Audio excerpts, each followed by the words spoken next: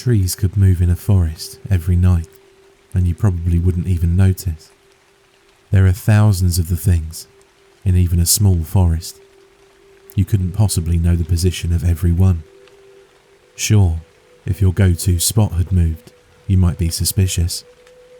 But even then, if you don't go often, you'd probably just think you misremembered. Forests have few exact landmarks. It's the same all around. You'd be forgiven for not noticing the change, for not noticing that the trees are alive. But when they're at the edge of your window, bridging between the vast empty black of the night and the safety of your own home, you'll notice. When the outside world can tap upon your glass, you notice these things. A child cries, "I think I heard a noise at the window." The mother consoles, "It's just a branch in the breeze, honey. Go back to sleep." You read that and feel relief from the explanation. I read that and feel fear. What could be worse than a tree at the window? A tree that was not there yesterday. I've lived on the edge of Inwoods for over a decade. It acts as a border to the west of our small town. There's my street, with Inwoods just beyond the back fencing. The woods continue for miles until the next town. They attempted to chop down the trees a few years back to expand our quaint neighbourhood. The project was cancelled after just a few days, in favour of expanding east instead. What made them change their minds? What did they find that made them want to head in the exact opposite direction? They're afraid of something in those trees, deep within the roots, manifesting in the bark, perhaps even the leaves themselves, as they gracefully sway unsuspectingly. They have every right to be terrified. We all do. But I wasn't always scared of Inwoods. Quite the opposite, actually. I had a friend. Her name was Emily. We used to play in the woods often as children, climbing the trees, building dens. No one knew that place like us. If trees had moved back then, we'd have known about it. I wish I could still hold those memories fondly, but knowing what I know of the woods now, I can't in good conscience look back and smile. One memory does stick out to me in particular though. A special destination that I always held near and dear to my heart. A few minutes walk through the woods, staying on the dirt path and keeping to the clearings. There's a big tree. It stands alone proudly, as if there's something different about it. A forest by definition is a large group of trees, but this one didn't feel like part of it. It was a tree in a forest, yes, but it was not a part of the forest it resided in. This was its own thing. It was special. It quickly became our go-to spot, and one day we marked it as our own by carving our initials into the bark. W.E. Emily went missing in those same woods just a few days later. It was our last time together. I think about it a lot.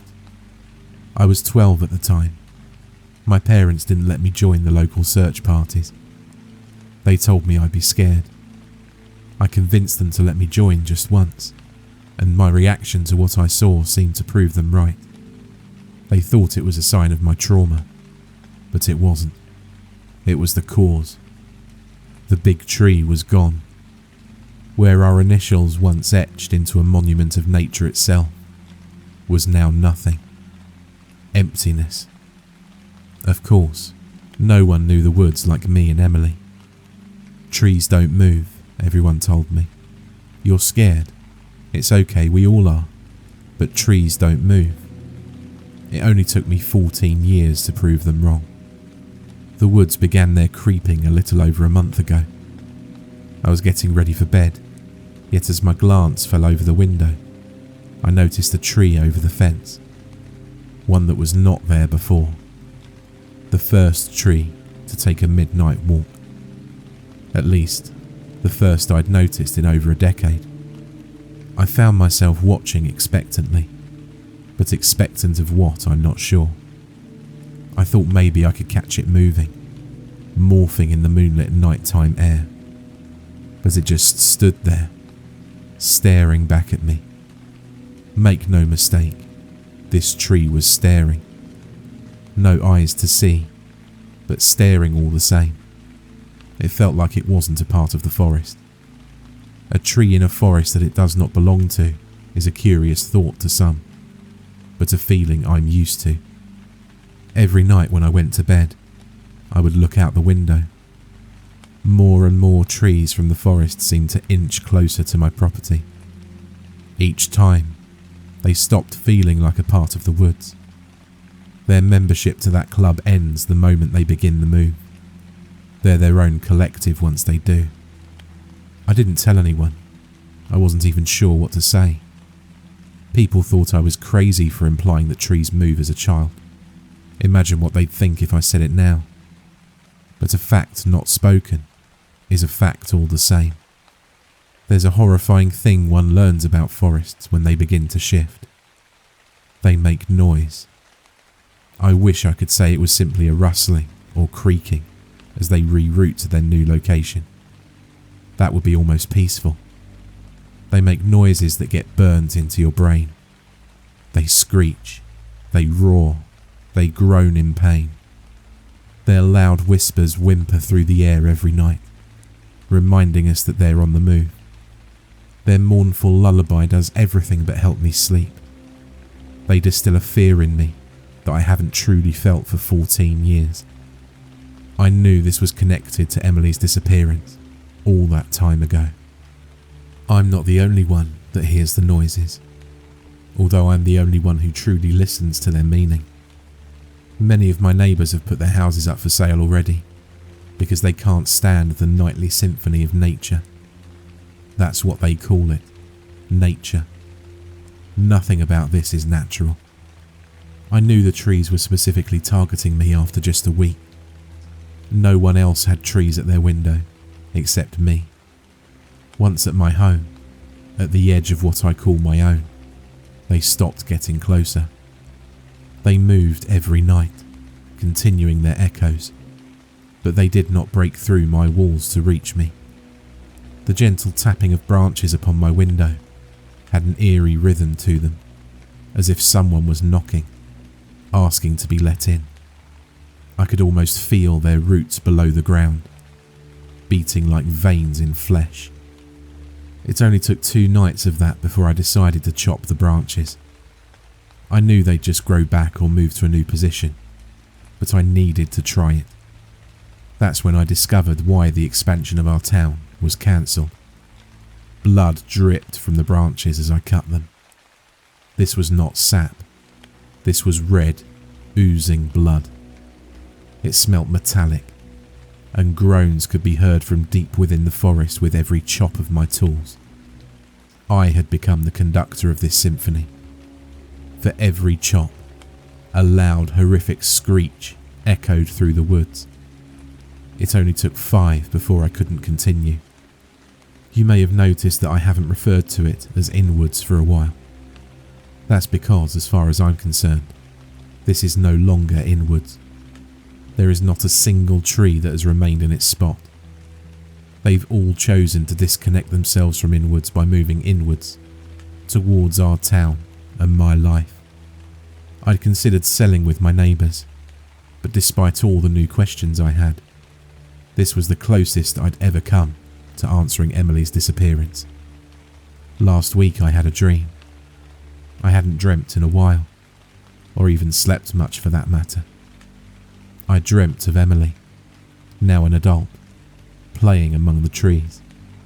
We'd gone into the woods together to remind ourselves of our childhood. "Isn't this fun?" Emily spoke with an unclear voice in this dream, almost groans. But I could still understand her. "This is," I said, vaguely aware of the real world, acutely knowing I was sleeping. "I just wish you could really be here. Perhaps I never left. Perhaps I've been trying to find my way back to you." We stared at each other before she spoke again. "Perhaps you can join me." I jolted awake to the sound of the tapping at my window. and the distant choir of the forest. Yet something about this tapping felt different, almost more excited than usual. It scraped along my window after each one, as if to no longer ask to come in, but instead to invite me outside. I peeked through the window. Many of the trees had moved away from my home. Only one was right outside. I was still tired and my vision crooked, but I could clearly make out the letters engraved into the bark. W-E. For a second, I felt calm. I felt the fear of the past 14 years drift away. "Emily?" I spoke aloud. The forest responded with whispers that felt more gentle this time. I made my way downstairs and out the back of the house. I walked right up to the big tree and placed my hand over our initials. For a moment, there was peace.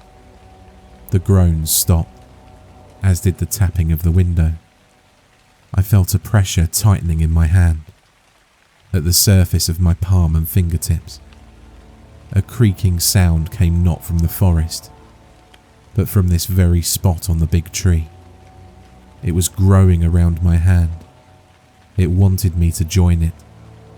It wanted me to become a part of the woods, my veins tangling with the roots, my thoughts tangling with the leaves. I pulled away, bits of skin tearing from the outer layers of my hand. The pain I felt was shared. The creaking returned from the forest, louder than I'd ever heard it. The forest is not Emily. Emily would not put me in a position like that. She would not ask me to give up my life to become something I am not. I believe the woods have tangled with Emily's memories. That which she was fond of is now what the trees are fond of. Pieces of her mind scattered across inwards the day she vanished. But her soul is not there.